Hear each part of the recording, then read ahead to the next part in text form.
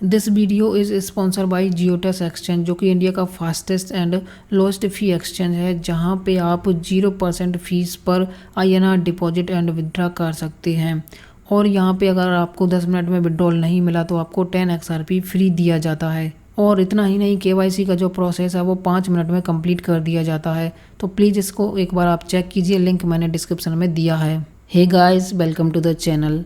इस वीडियो में मैं आपके साथ शेयर करने वाला हूं 5 ऐसी चीज़ें जो कि हो सकता है आने वाले कुछ महीनों में बिटकॉइन की प्राइस को बहुत ज़्यादा बूस्ट कर दें।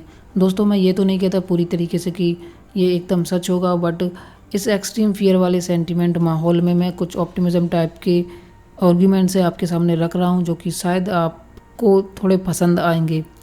अभी आज के टाइम पे जब मैं ये वीडियो रिकॉर्ड कर रहा हूँ, बिटकॉइन का प्राइस चल रहा है $7,200 के समथिंग।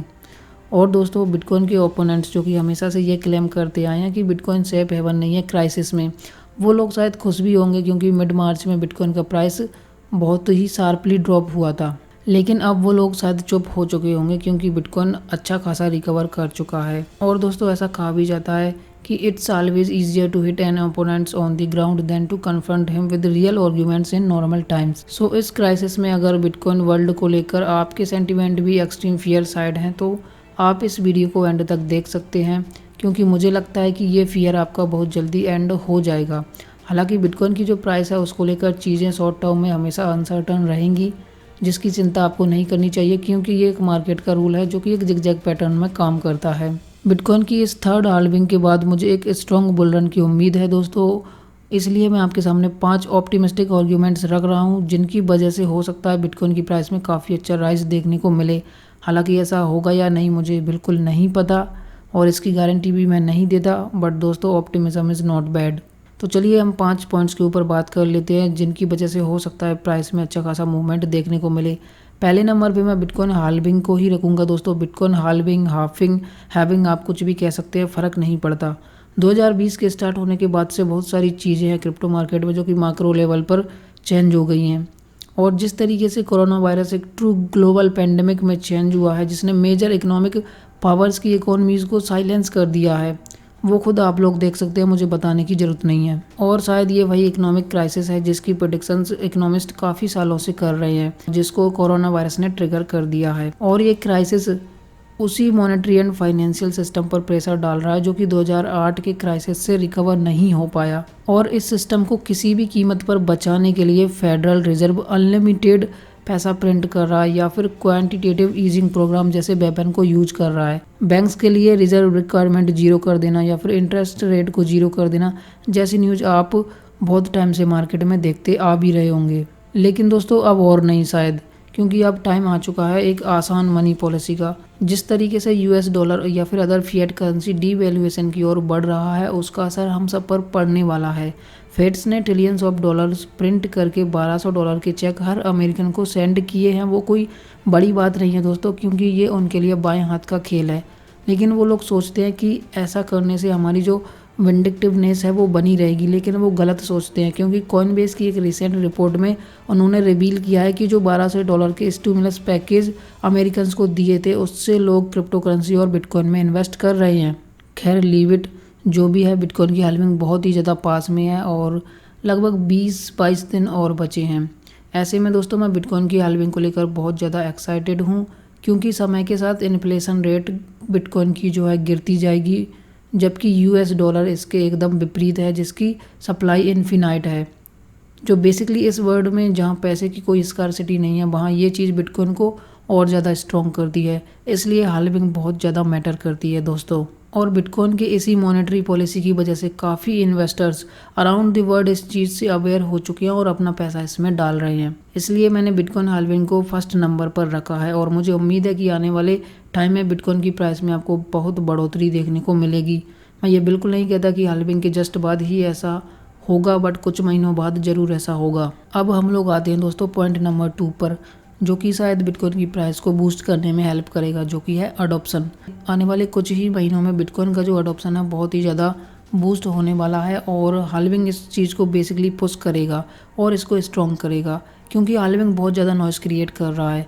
ऐसे में बहुत सारे ऐसे लोग हैं जो कि बिटकॉइन को डिस्कवर करेंगे और मौका देखेंगे कि इस रेवोल्यूशन को हम लोग मिस ना करें। बेसिकली मेरे कहने का मतलब यह है कि एक kind of virtual circle form हो रहा है जो कि BTC की प्राइस को बूस्ट करेगा।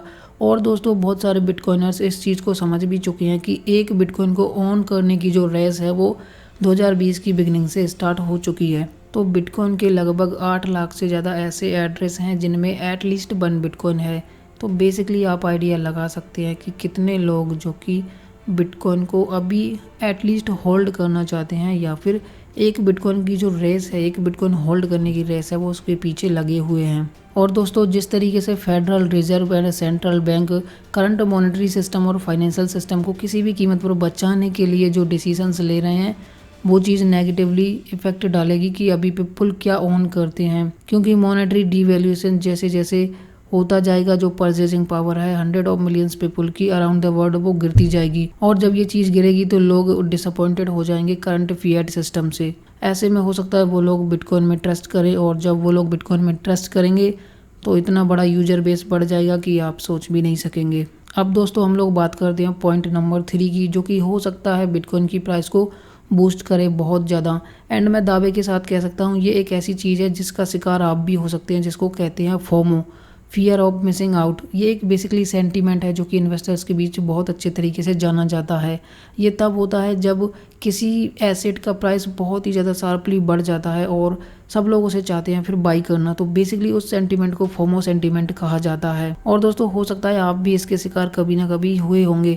जब किसी भी एसेट का, किसी भी अल्टकॉइन का, BTC का प्राइस बढ़ रहा है तो आपके दिमाग में ज़रूर ख्याल आता होगा कि यार ये तो बढ़ गया, मेरे को ले लेना चाहिए। ऐसा होता है, वही चीज़ है दोस्तों फोमो। हालांकि दोस्तों किसी भी इन्वेस्टर्स के लिए फोमो में आना एक बहुत बड़ी मिस्टेक होती है जो कि उसके कैपिटल को जीरो करवा सकती है। और इसी के चलते वॉरेन बफेट ने कहा भी है कि be fearful when others are greedy and greedy when others are fearful. तो जब लोग बहुत ज़्यादा ग्रीडी हो जाएं तब आपको फियरफुल हो जाना चाहिए, और आपको ग्रीडी तब होना चाहिए जब लोग बहुत ज़्यादा डरे हुए हों। तो इसलिए दोस्तों फोमो का जो सेंटीमेंट है जब क्रिएट होगा तो बहुत सारे लोग इसमें आएंगे, जो कि इवेंचुअली बिटकॉइन की प्राइस को राइज करने में हेल्प करेगा। अब दोस्तों हम लोग बात करते हैं रीज़न नंबर 4 की, जो कि शायद हेल्प कर सकता है बिटकॉइन की प्राइस को बूस्ट करने में। The economic crisis. हो सकता है ये क्राइसिस 2008 के क्राइसिस से भी बहुत बड़ा हो, जो कि अभी तक रिकवर नहीं हो पाया। हालांकि उसको इन्फ्लेट कर दिया आर्टिफिशियली, लेकिन ऐसा कब तक होगा? फाइनेंशियल मार्केट को अभी भी आर्टिफिशियली इन्फ्लेट किया जा रहा है because of easy money policies of the central banks and massive share buybacks किए जा रहे हैं बड़ी बड़ी कंपनीज़ के द्वारा, ताकि मार्केट को आर्टिफिशियली पंप किया जा सके। लेकिन ऐसा कब तक होगा? बहुत सारी ऐसी कंपनीज़ हैं जो कि अपने गवर्नमेंट्स के पास जाती हैं बेल आउट्स के लिए, और गवर्नमेंट्स को ये करना होता है क्योंकि वो एक बड़ी कंपनी होती है और उस कंपनी के द्वारा बहुत सारे 100 of thousands एम्प्लॉय उनका रोज़गार जुड़ा होता है। लेकिन गवर्नमेंट्स एक बहुत बड़ा रिस्क लेती है ऐसा करके, लेकिन उनको करना पड़ता है। लेकिन ऐसा कब तक होगा, क्वेश्चन ये है। और जब गवर्नमेंट्स ऐसा कर देती है तो इन कंपनीज़ के, बैंक्स के या फिर इंस्टीट्यूशंस के जो लीडर्स हैं वो लोग आर्टिफिशियली फिर से अपना जो शेयर का प्राइस है उसको पंप करते हैं और पूरा का पूरा सिस्टम फिर से जो है रिपीट होने लगता है। लेकिन ऐसा कब तक होगा, क्वेश्चन फिर वही आता है। खैर मैं आपसे पूछता हूँ, आप लोग मुझे बताना इसका आंसर। मेरे पास इसका कोई आंसर नहीं है। अब दोस्तों बात करते हैं लास्ट पॉइंट्स की, जो कि है जियोपॉलिटिकल कॉन्फ्लिक्ट्स। जियोपॉलिटिकल कॉन्फ्लिक्ट से मेरा मतलब है दोस्तों USA, जो कि वर्ल्ड्स लीडिंग पावर कंट्री है, उसका जो पोजीशन है वो चाइना हटाना चाहता है। बेसिकली कोरोना वायरस चाइना से स्टार्ट हुआ और चाइना अब लोगों को ये बोल रहा है, अदर कंट्रीज़ को ये बोल रहा है कि हमने इस डिजीज़ को जो है डिफीट कर दिया है। कैसे? तो बेसिकली चाइना चाहता है कि US की जो पोजीशन है उसको हटा के हम लोग वहाँ पे शिफ्ट हो जाएं। हालांकि ये चीज़ कितनी सच है कितनी झूठ है वो तो हमें नहीं पता कि चाइना किस तरीके से इस चीज़ पर कंट्रोल कर रहा है। बट दोस्तों जिस तरीके से चीज़ें निकल के आ रही हैं उससे यही लगता है कि चाइना और USA के बीच बहुत सारी चीज़ें जो है बिगड़ने वाली हैं और एक्चुअली बिगड़ भी चुकी हैं।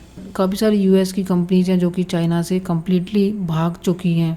इसी के चलते मिस्टर ट्रम्प के ट्वीट और उनके जो लेक्चर हैं वो आपने बेशक सुने होंगे दोस्तों। वो किस तरीके से चाइना को डायरेक्टली बोलते हैं कि ये चाइनीज़ वायरस है और चाइना की वजह से ही हमारी जो इकोनॉमी है उसकी ऐसी तैसी हो रखी है। लेकिन दोस्तों ये चीज़ यहीं पे नहीं रुकने वाली है, क्योंकि जो ट्रेड वार है चाइना और यूएसए के बीच वो तो होना ही होना है या फिर हो भी रहा है। लेकिन जो चीज़ें हैं वो तब बिगड़ जाएंगी जब ये कोरोना वायरस का एंड होगा, तब और ज़्यादा जियोपॉलिटिकल कॉन्फ्लिक्ट्स बढ़ जाएगा। और दोस्तों यहाँ पे यूएसए या फिर चाइना की ही बात मैं नहीं कर रहा, यहाँ पे नॉर्थ कोरिया का आप एटीट्यूड देखेंगे तो वो लोग भी जो है जापान पर मिसाइल अटैक करने की बात करते हैं। हालांकि हम लोग एक ड्रामेटिक पेंडेमिक सिचुएशन में चल रहे हैं, इसके बाद भी वो लोगों का अलग ही सीन चल रहा है। दूसरी तरफ हम लोग देखें जो सिचुएशन है ईरान और यूनाइटेड स्टेट की, वो अभी तक रिजॉल्व नहीं हुई है। हालांकि जो कोरोना वायरस का पेंडेमिक है उसने इस चीज़ को म्यूट कर रखा है, बट चीज़ें आगे चल के किस तरीके से ओपन होंगी वो देखना बहुत इंटरेस्टिंग होगा। ये सब जियो पॉलिटिकल कॉन्फ्लिक्ट्स बहुत ही ज़्यादा अनसर्टेनिटी इस दुनिया में जो है दोस्तों पैदा कर देते हैं और हमें कुछ भी नहीं पता कि क्या होने वाला है फ्यूचर में। बट इस चीज़ का जो एडवांटेज है वो बिटकॉइन जैसे एसेट को मिलने वाला है, ये एकदम पक्का है। एंड आई होप अब आप समझ गए होंगे कि मैं क्या कहना चाह रहा हूँ। तो ये कुछ 5 ऐसे पॉइंट्स थे दोस्तों जो कि शायद बिटकॉइन को हेल्प कर सकते हैं इसकी प्राइस बढ़ने में। आई होप आपको अच्छे लगे होंगे। अगर अच्छे लगे हैं तो प्लीज़ लाइक ज़रूर कर दीजिए दोस्तों, क्योंकि ये चीज़ मोटिवेट करती है हमेशा। अगर आपका कोई सुझाव है तो प्लीज़ कमेंट कर दीजिए। Thank you so much.